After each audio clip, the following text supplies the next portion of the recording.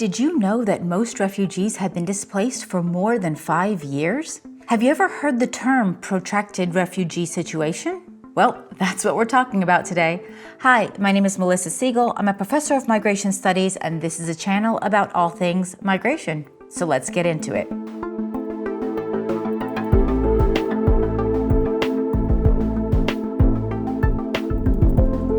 All right, first of all, what is a protracted refugee situation? So the definition, according to UNHCR, who is the UN Refugee Agency, is a situation in which refugees from the same nationality or origin have been in exile for 5 years or more in a host country or territory without an immediate prospect for durable solutions. And of course, you know that in some of my other videos, we have talked about the durable solutions to refugees, which are voluntary return or repatriation, local integration, or third country resettlement. And of course, if you would like, you can have a look at my videos on those things. Being protracted means having been displaced, without a good durable solution for at least 5 years. Actually, approximately 78% of all refugees are currently trapped in these long-term situations. And in some cases, this is much longer. Some estimates indicate that the average duration of displacement for refugees is between 10 and 26 years. And what we're seeing is that in many cases, this is just getting longer and longer, with some averages of around 26 years.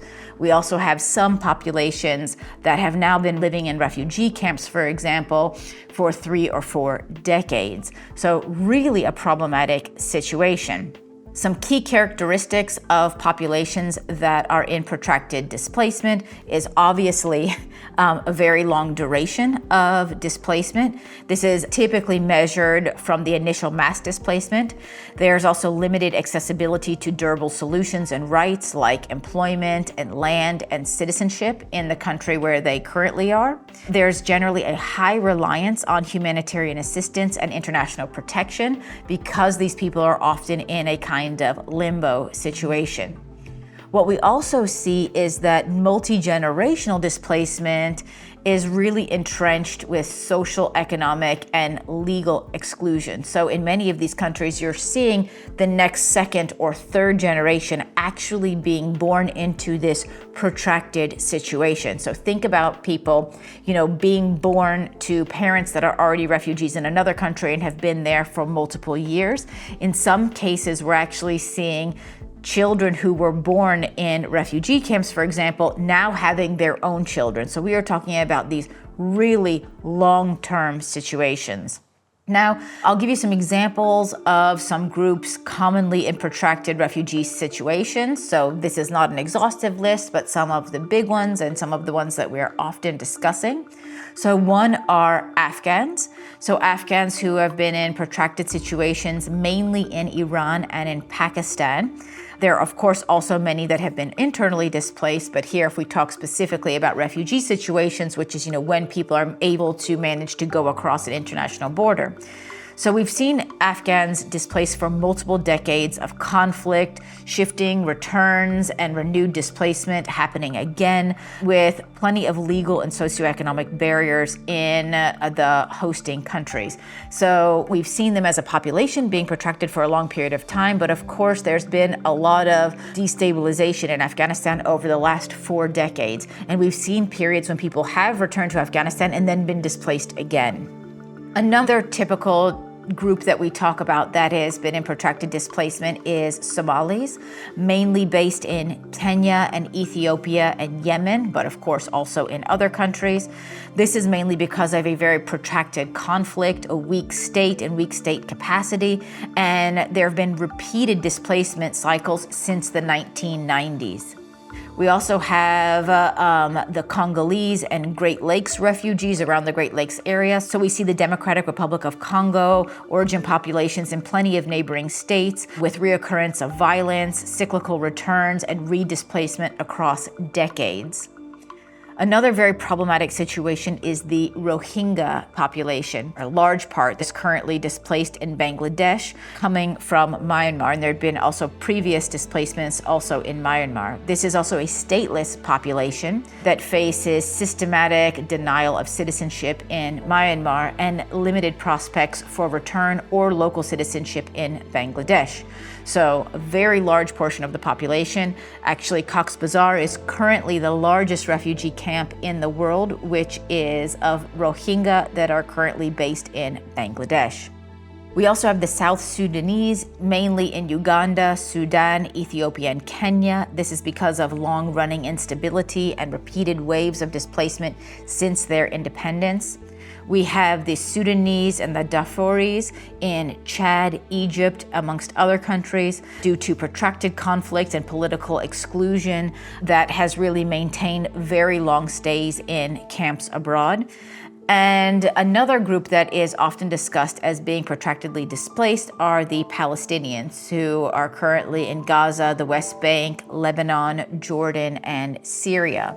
This has been decades-long displacement since 1948 and 1967, and also more recent displacements. Many are stateless and live in camps with limited integration options. Now, why do these groups become protracted? What are some of the main drivers of this? Well, I explained a little bit about, ongoing conflict in many of these countries and continued violence and things like that. But what you generally see is that there's, maybe a political impasse or unresolved origin country conflict. So there are no safe, stable conditions for return. In some cases, you have statelessness or denied citizenship, so with legal exclusion preventing return or integration. So that would definitely be the case of the Rohingyas, for example. Sometimes host state policies are to blame that restrict local integration. So by having encampment policies, meaning that refugees can only live in camps and cannot move or live outside of camps. Also having limited rights to work and education and citizenship in many countries. Another reason is because of insufficient resettlement opportunities and donor fatigue, so that there are limited third country solutions, meaning that people can actually move from the camps that they are currently protracted in to a country where they could locally integrate. And we know that there are not enough third country resettlement places every year for the number of refugees that would need to be resettled. Again, have a look at my video on resettlement. Another issue is economic barriers and weak absorptive capacity in origin and host countries. So maybe no jobs or no services for those people. Sometimes there are also security concerns and ongoing violence that make returns risky or impossible. There are also geopolitical considerations and sometimes, frozen negotiations or things like contested sovereignty and frozen peace processes that make it difficult for people to return. We also see intergenerational effects here. So children that are actually born in exile inherit legal and socioeconomic exclusion from their parents, which can reinforce their protracted status. Now, there are definitely some policy and humanitarian implications for this. Just very briefly, there's absolutely a need for long-term protection and development approaches, linking humanitarian aid with development, education, and livelihoods.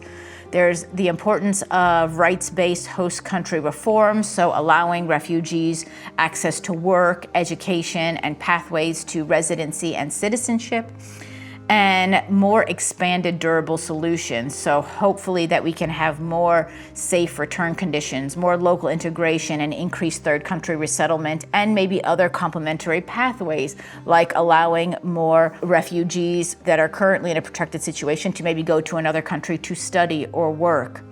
So there really needs to be a focus on durable planning, multi-year funding, and inclusive host community strategies.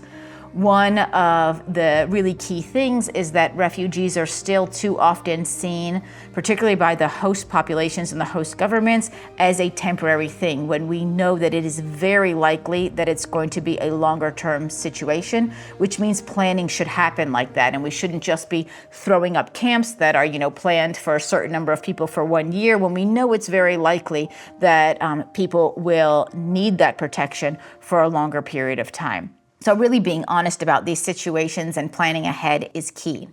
So I hope this gave you a better understanding of what protracted refugee situations are, of the fact that refugees nowadays are being displaced for longer and longer, and that we need to find serious solutions for this. So if you found this video useful, please give it a thumbs up. If you haven't done so already, make sure to like and subscribe to the channel and hit that notification bell if you haven't done so already, so you don't miss any of the videos that we upload on a regular basis on this channel. And I do hope to see you next time. Bye-bye.